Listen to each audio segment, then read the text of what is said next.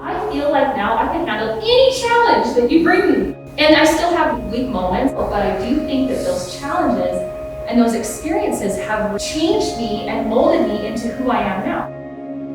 In 2015, I was happy working at the bedside, and I loved my job being a nurse. One of my main mentors, Gigi Austria, came to me one day and said, have you ever thought about working in nursing education? And I was really just starting to get my feet wet in that job. And November came around of that year, and my mom had gone to a dermatologist for some concerns. The dermatologist called and said, this is actually not what we were thinking it was, it's actually breast cancer. I had spent so many years up to that point taking care of oncology patients and pouring my heart and soul into caring for them. And I had this selfish moment feeling like, why me? Why do I now have to deal with this in my own personal life? She was diagnosed in November of 2015 with metastatic breast cancer and was told that she had an incurable cancer, but it was very manageable and something that we felt strongly that we could treat.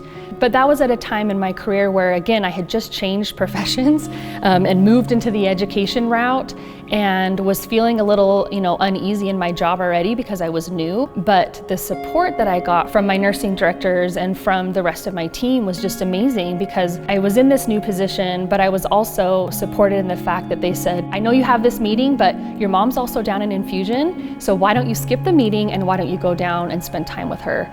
I was able to see that other side of the curtain.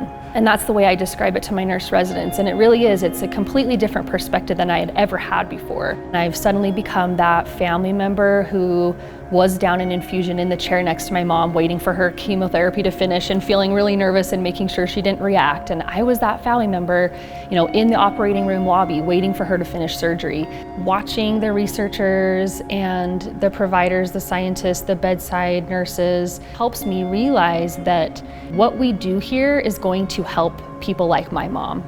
It's going to help patients out there who have gone through this cancer journey but are still looking for future treatments and future improvements and innovation in science. This November is my mom's 5-year mark from diagnosis, which is so exciting. She's playing with my kids consistently, and she's baking and doing all the things that she loves to do, because I see these patients sometimes at their worst and in their most vulnerable state in the hospital. It's great to come home and to see my mom thriving and knowing that she will forever be a cancer patient and forever be a cancer survivor, but to watch her live her life and do the things that she loves to do every single day, that's really inspiring. I have felt out of control many times. There have been times where I felt like I couldn't do it, where I was failing my mom or where I wasn't being a good nurse. I didn't have the mental capacity sometimes to be both roles, both caregiver and nurse educator at the same time at work.